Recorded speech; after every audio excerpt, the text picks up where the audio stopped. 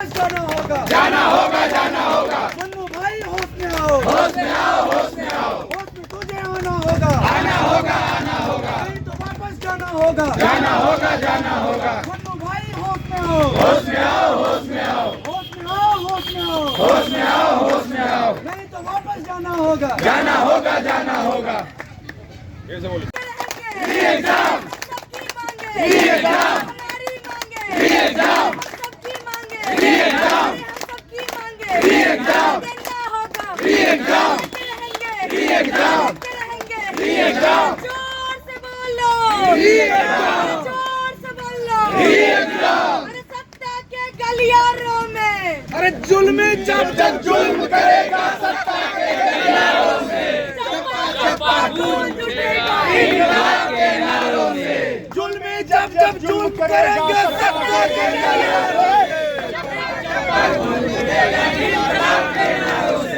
जुल्म करेंगे, free exam, हमें क्या चाहिए, फ्री एग्जाम, देना होगा, फ्री एग्जाम, लेकर रहेंगे, फ्री एग्जाम, देना होगा, फ्री एग्जाम। नहीं तो तुम शर्म करो, शर्म करो, नहीं तो तुम मरो, तुम मरो, नहीं तो तुम शर्म करो, शर्म करो, नहीं तो तुम मरो, तुम मरो। लेकर रहेंगे, फ्री एग्जाम, लेकर रहेंगे, फ्री एग्जाम। नमस्कार, टाइम्स ऑफ स्वराज में आप सबों का स्वागत है। आज देख सकते हैं आप उत्साह। हमने आपको कार्यक्रम की शुरुआत में दिखाया कि किस तरीके से छात्रों में वो उत्साह लौट रहा है, जिस उत्साह के सहारे आज 22वें दिन गर्दनी बाग पे लोग डटे हुए हैं और उत्साह भी स्वाभाविक है। जिस तरीके से परीक्षाएं ली गई और जो प्रश्न पत्र का हल बीपीएससी के द्वारा जारी किया गया है, उस हल के जारी होने के बाद जो छात्र निराश हो गए थे उन्हें फिर से एक नई ऊर्जा मिली है कि किस तरीके से बीपीएससी लगातार गैर जिम्मेदाराना रवैया अपनाए जा रही है। और ये कहीं न कहीं आज ये जो उत्साह हो रहा है, उत्साह के पीछे भी वजह यही है कि छात्रों में अब ये गुस्सा बढ़ता जा रहा है कि भाई वाकई में बीपीएससी अपने आप में सुधारने को तैयार नहीं है, चीज़ों को देखने को तैयार नहीं है। तब देखना ये जो उत्साह लौटा है 22वें दिन उत्साह लौटा है, तो हम बात करेंगे आज काफी उत्साह दिख रहा है। कुछ खास नहीं, कुछ चैनलों ने कहा कि हम लोग शांत बैठे हुए, तो उन्होंने कहा कि कुछ उत्साह दिखा दिया जाए। दरअसल क्या है कि आज थोड़ी सी ठंड कम है, डेली लोग आते हैं, तो आज हमने कहा कि आज एक छोटा सा हम कार्यक्रम करने वाले हैं 7 बजे। और जो क्वेश्चन पेपर है 13 तारीख वाला, 4 तारीख वाला, और जो कल आंसर की जारी हुआ जिसका हम लोग वेट कर रहे थे, और जो नोटिस जारी हुई है जिसमें 3 नंबर एक्स्ट्रा लोग को मिल रहा है, वो आज हम लोग यहाँ जलाएंगे। एक प्रकार हम लोग जो है इस पूरे क्वेश्चन पेपर का, इस परीक्षा प्रणाली का हम लोग विरोध करने वाले हैं, और वही 1920 के मॉडल पे हम लोग आज उसको जला के बहिष्कार करें। लेकिन कहीं न कहीं ये जो बातें सामने आई, 3 प्रश्न पत्र गलत पूछा गया, पिछले वाले मामले में 4 प्रश्न पत्र इसमें दोहराए गए, 7 अंक का फर्क है। यहाँ 1 अंक में हजारों स्टूडेंट के बीच फासला हो जाता है, 7 अंक का फासला है। कहीं न कहीं कल की आंसर की जारी होने के बाद जो लगातार हम लोगों के पास भी छात्रों का फ़ोन आता है, जो निराश घर बैठ गए थे छात्र, अब उनके लिए लगता है कि जीवन मरण का सवाल है, क्योंकि बीपीएससी सुधरने को तैयार नहीं है। और अब तो बहुत सारी चीज़ें खुलकर भी सामने आ गई है। उसका आपके आंदोलन पर क्या असर दिख रहा है? देखिए, अभी तक जो 13 तारीख लोग बैठे हुए थे, 13 तारीख वाले, कि हम क्वालिफाई कर जाएंगे, मेंस देंगे, अब उनको सच्चाई समझ में आने लगी कि जो बापू परीक्षा परिषद का जो गणित था वो बहुत लोग समझ नहीं पाए, और अब वो परीक्षा का जो गणित समझ में आ रहा है कि जो 1 सेंटर था वो 22 सेंटर के बराबर है। और साथ ही साथ ये जो क्वेश्चन पेपर पैटर्न, आंसर गलत देना, 3 नंबर एक्स्ट्रा दे देना, क्वेश्चन को रिपीट कराने, और हमारे पास तो बहुत सारे ऐसे क्वेश्चन आए हैं इसमें कि बहुत सारे क्वेश्चन ऐसे हैं जो मिलते जुलते हैं, कि अगर उस क्वेश्चन का कोई एक्सप्लेनेशन दे ले तो लगभग 87 क्वेश्चन आपके सॉल्व हो जाएंगे 4 तारीख वाले। अब 13 तारीख वालों को ये लग रहा है कि हमारा पत्ता साफ हो रहा है। जो ये सोच रहे थे कि हम 105 सही हो जाएंगे, लेकिन जब 4 का पेपर आया तो लगता है कि 120 भी अब कम नंबर पड़ेगा। तो अब धीरे धीरे वो भी लोग आंदोलन की तरफ मूव करने लगे हैं, और उनको लग गया है कि इस सत्याग्रह के माध्यम से उनकी समस्या का समाधान होगा। ये आप नई बात 87% मतलब कैसे आप उसको? जैसे क्या है कि हम लोग के पास बहुत सारे क्वेश्चन, कुछ क्वेश्चन तो एकदम सेम टू सेम है, कुछ में डिजिट चेंज किया गया है, कुछ ऐसे क्वेश्चन है कि उसका जो एक्सप्लेनेशन होता है, जैसे बच्चे जब तैयारी करते हैं तो उसमें क्वेश्चन का एक्सप्लेनेशन देखते हैं, तो और उस क्वेश्चन का एक्सप्लेनेशन देखने लगेंगे तो धीरे धीरे उसका आंसर मिल जाएगा। मेरे पास एक डॉक्यूमेंट्स भी कहें तो मैं 1 सेकंड में लेते हूँ आपको। हाँ, देख रहे हैं, जरूर उस डॉक्यूमेंट्स को भी दिखाया जाए। ये बड़ी बात इन्होंने कह दी कि 87 ऐसे प्रश्न हैं मतलब 13 तारीख को परीक्षाएं हुई और फिर 4 तारीख को परीक्षा हुई। 4 तारीख वाले परीक्षा में जो प्रश्न पत्र पूछे गए, अभी तक तो हम लोग यही खबर बना रहे थे कि 3 ऐसे सवाल हैं जो गलत है, 3 नंबर दिया जाएगा उनको वेटेज। फिर 4 ऐसे सवाल हैं जो सीधे सीधे तौर पे 13 और आज वाले 4 वाले में हूबहू वही सवाल और उसका आंसर है, तो 4 3 7 नंबर का उनको वेटेज दिया गया। अब ये कहा जा रहा है कि 87 ऐसे सवाल हैं जिन सवाल का अगर एक्सप्लेनेशन अगर देखा जाए तो फिर वही चीज़ें बात सामने आ रही है। हाँ सर, आप जरा इसको एक्सप्लेन कर दिया जाए। देखिए, इसमें क्या हुआ है, लिखा हुआ है कि जो 4 जनवरी को पूछे गए प्रश्न हैं लगभग 29 प्रश्न, जो कि 150 में से 87 गलत प्रश्नों के बराबर हैं, या तो हूबहू या 13 दिसंबर जैसे हैं, या फिर डायरेक्ट हिट लिंक प्रोवाइड कर रहे हैं कि या फिर उनको इनडायरेक्ट लिंक द्वारा उनको आपस में हम जोड़ सकते हैं। तो ये सारे के सारे हमारे पास दिए हुए हैं। इसमें लिखा हो कि ऐसे प्रश्न जो सेम टू सेम पूछे गए हैं, ऐसे प्रश्न जो बिल्कुल ही डायरेक्ट लिंक से जुड़े हुए हैं, फिर इसके अलावा कुछ ऐसे प्रश्न सवाल दिया गया जो लगभग सेम पैटर्न पे है, फिर इसके बाद दिया गया कि ऐसे प्रश्न जो करीबी हैं लगभग, फिर कुछ ऐसे प्रश्न हैं जो समझदार व्यक्ति कुछ ऐसे सवाल जो है, हाँ, जिसको आप एक्सप्लेन कर। जैसे इसमें दिया हुआ है कि 13th India first UNESCO city of literature दिया है, क्वेश्चन नंबर 128 दिया है 13 वाले में, और 4th वाले में दिया है कि India first UNESCO city of literature. तो ये लिटरेचर यूनेस्को, तो जब वो पढ़ेगा तो इसको पढ़ लेगा वो। उसका दिया है कि 13 को दिया गया था कि ये Ramakrishna Mission was founded by, question number 81 था।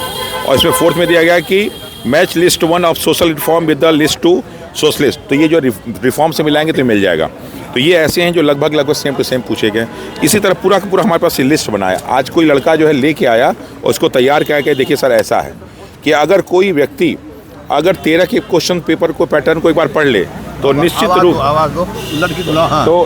रूप से सारे के सारे आप लोग आइए, तो निश्चित रूप से वो बहुत सारे आप लिखा है कि जरा जो समझदार कैंडिडेट होंगे गेस कर सकता है कि 4th के लिए डायरेक्ट इनडायरेक्ट, मतलब बहुत सारे इस तरह के क्वेश्चन मिल रहे हैं। हम लोग क्योंकि पहले क्या था कि कुछ लोग ला रहे थे, अब जब हम लोग 23 दिन बैठ गए हैं तो हर व्यक्ति कोई ना कोई समस्या ला के जो एक खबर आ रही है वो खबर राजभवन से आप लोगों ने मिलने का समय मांगा था, आज वो बातें राज्यपाल तक पहुंची है। हमें लगता है कि ये सारे सवाल आपको चीफ सेक्रेटरी तक भी पहुंचने चाहिए, क्योंकि देखिए जब बात ये होती है कि प्रश्न पत्र लीक हुआ, ये मामला लीक का नहीं है, ये लीक का मामला नहीं है। बार बार लोग डाइवर्ट करते हैं कि लीक हुआ, लीक का मामला नहीं है। आप ऐसे क्वेश्चन पूछ रहे हैं, इस तरीके से क्वेश्चन पूछ रहे हैं, आप सवाल है कि आप किसको चयन करना चाहते हैं, किसको ले जाना। भाई दोनों का मिजाज अलग है, दोनों के तैयारी का अपना अपना कंसेप्ट है। भाई जो दरोगा की बहाली का है या सिपाही बहाली है या एसएससी है, उस सब का अलग अलग है। जो कमीशन का है वो अलग सवाल है। उससे कितना बड़ा फ़र्क पड़ेगा आपके पीटी से पास जो बच्चे जाएंगे मेंस देने के लिए, उनके पास किस तरह वही बीपीएससी शिक्षक बहाली वाला हाल हो जाएगा, आवेदन लिखने नहीं आएगा उसको।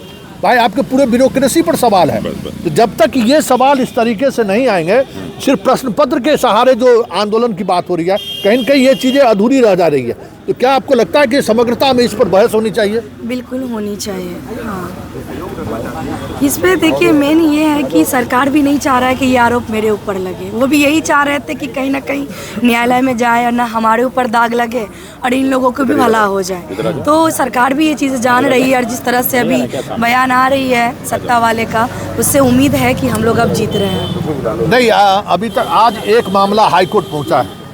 कोई पप्पू कुमार है स्टूडेंट और प्रणव कुमार उनके वकील हैं, वो मामला पहुंचा है और कई लोगों ने हाई कोर्ट में फाइल किया, बहुत सारे लोगों ने। हाँ, लेकिन ये सवाल प्रश्न पत्र लीक का नहीं है, क्योंकि ये जो लीक का मामला जब बात ये आउट ऑफ सिलेबस से बाहर का क्वेश्चन है। जो बीपीएससी का तैयारी है, ये तैयारी ये है ही नहीं। ये ग्रुप डी से भी नीचे स्तर का क्वेश्चन पूछा है इन्होंने। ये नहीं है कि क्वेश्चन ईजी है, सिलेबस से क्वेश्चन है ही नहीं। इसे तो लोग भूजा खाते खाते जाएंगे और एग्जाम देके निकल के आ जाएंगे। ये तो बीपीएससी का जो तैयारी कर रहे हैं स्टूडेंट, उनके ऊपर ये बहुत बड़ा ये चीज़ें हो रही है कि मतलब किस तरह से आप क्वेश्चन पूछ रहे हो। अच्छा, आज कुछ नई नई लड़कियां भी आई हैं और मतलब नहीं है। ये खुशबू है जिसको लाठी पड़ी थी। अच्छा, ये खुशबू है, इसका कुछ आज इसका चेहरा बदला सा लग रहा है, इसलिए ये जो हाँ नहीं, अब समझ में आ गया, इसका चेहरा कुछ ज़्यादा कमज़ोर हो गई है। क्या ये अब लगता है कि कुछ चीज़ें आपके पक्ष में जा रही हैं? हाँ बिल्कुल, मेरे पक्ष पे जा रही है। हम लोग थोड़ी ना हार मान गए अभी हम लोग हारे नहीं हैं, हम लोग जीत की ओर जा रहे हैं और हम लोग को 100% विश्वास है कि हम लोग को एग्जाम होगी तो होगी। भरोसा है पूरा? हाँ। वजह वजह की क्योंकि हम लोग का 90% तो जीत हो गई है, 10% बचा है। क्योंकि मामला हम लोग को सुप्रीम कोर्ट गया था, तो सुप्रीम कोर्ट ने पहले बोला कि हाई कोर्ट में जाना चाहिए, तो हाई कोर्ट मामला आया, तो हाई कोर्ट में हम लोग का केस दर्ज है, तो हम लोग को जांच हो रही है। हाई कोर्ट से क्या डिमांड है आप लोगों का? यही कि री एग्जाम हो, जितने छात्र आधार क्या आधार की जहाँ जहाँ गलतियाँ हुई है, कमियाँ हुई है, पेपर लीक हुई है, अलाउंस से जैसे लाउड स्पीकर से अलाउंस में बोला गया है, ग्रुप में बच्चे स्टूडेंट एग्ज़ाम दे रहे थे, तो वो सब कमियाँ है, तो वो हाई कोर्ट के पास सब फाइल किया गया है सब। अच्छा, जो किताब में पढ़ती हो, संविधान पढ़ी, फ्रीडम ऑफ स्पीच, आपका क्या मौलिक अधिकार है, जमीन पर कुछ ऐसा दिखा क्या है जब आंदोलन में आप आई तो? हाँ, ये लोकतांत्रिक देश में लाठी तंत्र चल रही है, और जो मौलिक अधिकार की बात करते हैं, वो मौलिक अधिकार जब हम लोग लड़ाई लड़ने जाते हैं, एक सत्य की लड़ाई लड़ने जाते हैं, तो उसके ऊपर इसी तरीके से लाठियां बरसाई जाती है।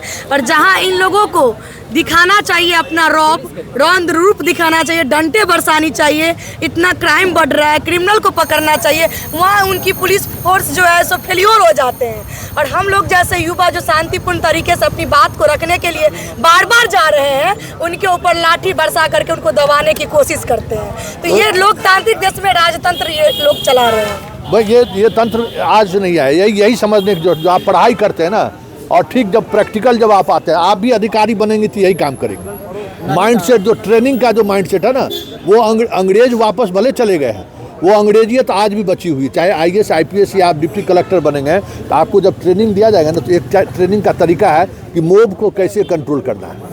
वो कंट्रोल करने, मोब को कंट्रोल करने का जो तरीका अंग्रेजों ने जो छोड़ के गया है, वही तरीका आज भी है। लाठी चलाने का अधिकार देश में कहीं किसी को दुनिया में नहीं है, सिर्फ बिहार में ही। हाँ, कुछ कहना चाह रहे हैं? अच्छा, हम आपसे भेजते हैं, तो क्या लगता है आपको? हम लोग को जब ट्रेनिंग मिलते हैं तो ये नहीं कहते हैं कि डायरेक्ट जाना है, बच्चे बैठे हैं, संवैधानिक रूल को फॉलो कर रहे हैं, जाके लाठी बरसा दें, पानी चला दें, ट्रेनिंग वही है सर। लेकिन हमें तो संवैधानिक अधिकार नहीं देती है, लेकिन जो गवर्नमेंट है, जो सरकार है, जो प्रशासन, ये उसको बना दिया है ना, ये भ्रष्टाचार है सर। हम लोग वहाँ पे 29 को शांतिपूर्वक थे, बच्चे तो संवैधानिक रूल को फॉलो कर रहे हैं, सरकार नहीं कर रही है, सरकार नहीं करिए ना सर, सरकार की गलती है यहाँ। सरकार का तरीका ही यही है। हाँ, आप कुछ कह रहे थे, सरकार का तरीका ही यही है। सबसे पहले तो टाइम्स ऑफ स्वराज को मैं धन्यवाद देना चाह रहा हूँ कि शुरू से लेकर आज तक लगे हुए हमारे संतोष भैया, और बहुत नज़दीक से इनको हम हर वक्त देखते रहते थे। और एक चीज़ जो हम आयोग से कहना चाहते हैं कि आयोग कहता था कि ये नॉन सीरियस लोग यहाँ पर ड्रामा कर रहा है। हम बताते हैं कि एक छोटा सा गांव में हम एक रूम में रहकर और अपना सेल्फ स्टडी करते हैं। आज हम पहली बार इस धरना पर आए हैं। क्या हम भी नॉन सीरियस हैं? हम किसी आंदोलन में नहीं रहे सर, आज हम पहली बार आए हैं इस सिस्टम के खिलाफ देखकर कि सिस्टम हमारा जो है पूरा भ्रष्ट है। हम सबसे पहले जब ये आंदोलन खड़ा हुआ था तो लग रहा था कि ये पुराना लोहा है, इसको पेंट करके ठीक कर देंगे, लेकिन आज तो लग रहा है कि पूरे लोहा में जंग लग चुका है। ये लोहा को अब पेंट नहीं करना होगा, इस लोहे को हटाकर हमें दूसरा लोहा बदलना होगा। हम कहते हैं लोहा नहीं, अब स्टील लगाना होगा। इस सिस्टम को देखिए, यही ताकत है इस आंदोलन की, यही ताकत है कि जो लोग, हाँ, ताकत हमारे सर है, वो तो सर है। एक चीज और की ताकत मिलती है। एक चीज और कहना चाह रहे हैं कि कह रहे थे कि अंग्रेज चले गए, अभी अंग्रेजियत का शासन है। हम बताते हैं उससे ज़्यादा ये खतरनाक है, क्योंकि उस समय हमें पता था कि हम गोरों से लड़ रहे हैं। आज पता नहीं चलता है कि हम किससे लड़ें, हम अपनों से लड़ रहे हैं। पता नहीं चलता है कि अंग्रेज कौन है, हमारे अपनों में सब अंग्रेज हैं। हमें उसके खिलाफ लड़ना और कठिन है। इससे आसान था हमको अंग्रेज से लड़ना, इससे लड़ना हमको ज़्यादा तकलीफ है। ज़्यादा पता नहीं चलता है, दुश्मन पता नहीं चलता है। इससे आसान था हमको अंग्रेज से लड़ना, इससे ज़्यादा तकलीफ है सर। चलिए, बहुत हाँ सर, हम एक बात कहना चाहते हैं कि किसी भी स्टेट में जाइएगा तो PCS जो एग्ज़ाम है वहाँ की सबसे प्रतिष्ठित एग्ज़ाम होती है। तो बगल का जो अभी UP PCS का हुआ है उसका क्वेश्चन लेवल देखिए, झारखंड PCS हुआ है उसका क्वेश्चन लेवल हम लोग देख सकते हैं। हम लोग का जो 69th का जो एग्ज़ाम हुआ था उससे हम लोग काफ़ी संतुष्ट हैं। भले एग्ज़ाम रिजल्ट नहीं आया, लेकिन ये हुआ ना कि हमारे क्वेश्चन का लेवल का स्टैंडर्ड है, हमें और मेहनत करने की ज़रूरी है।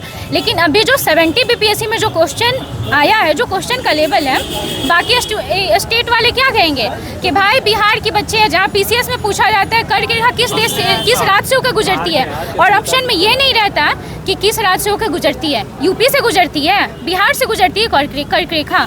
उसके बाद बिहार की 100 कौन सी नदी है। यहाँ तो हम लोग बड़ा बड़ा जो मैगजीन पढ़ते हैं, एनसीईआरटी पढ़ते हैं, लक्ष्मीकांत पढ़ते हैं, महेश कुमार वर्णवाल पढ़ते हैं, वो सब हम लोग को बंद कर देना चाहिए।